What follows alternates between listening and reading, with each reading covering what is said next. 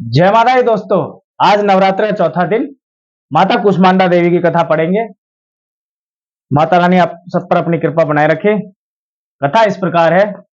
श्लोक चतुर्थ नवरात्र माता कुष्मांडा देवी सुरा संपूर्ण कलशम रुधिराप्लुत मेव च दधाना हस्त पद्माभ्याम कुष्मांडा शुभ दास्तु में। मां दुर्गा जी के चौथे स्वरूप का नाम कुष्मांडा है।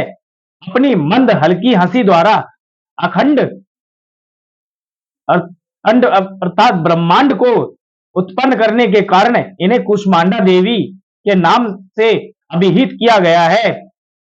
जब सृष्टि का अस्तित्व नहीं था, चारों ओर अंधकार ही अंधकार परिव्याप्त था, तब इन्हीं देवी ने अपने इस हास्य से ब्रह्मांड की रचना की थी। अतः यही सृष्टि की आदि स्वरूपा आदि शक्ति है। इनके पूर्व ब्रह्मांड का अस्तित्व था ही नहीं।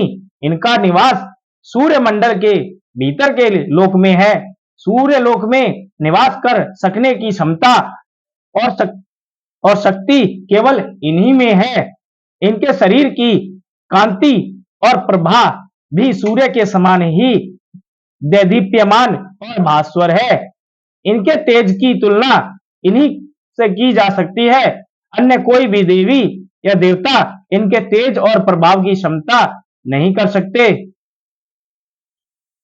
इन्हीं के तेज और प्रकाश से दसों दिशाएं प्रकाशित हो रही हैं। ब्रह्मांड की सभी वस्तुओं और प्राणियों में अवस्थित तेज इन्हीं की छाया है। इनकी 8 भुजाएं हैं, अतः ये अष्टभुजा देवी नाम से भी विख्यात हैं।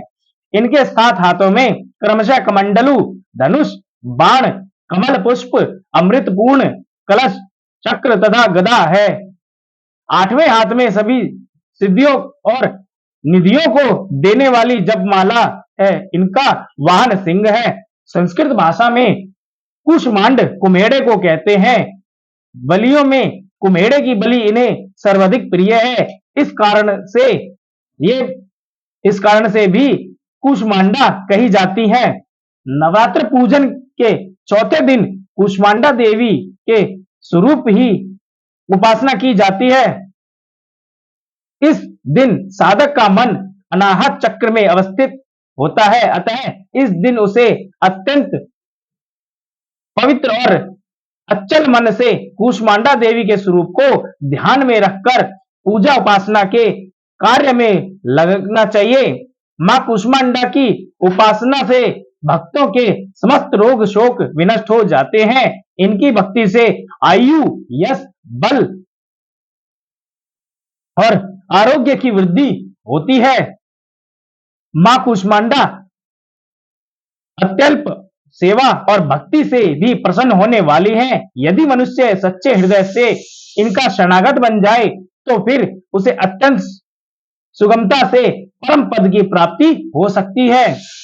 हमें चाहिए कि हम शास्त्रों पुराणों में वर्णित विधि विधान के अनुसार मां दुर्गा की उपासना और भक्ति के मार्ग पर अहर्निश अग्रसर हों। मां के भक्ति मार्ग पर कुछ ही कदम आगे बढ़ने पर भक्त साधक को उनकी कृपा का सूक्ष्म अनुभव होने लगता है।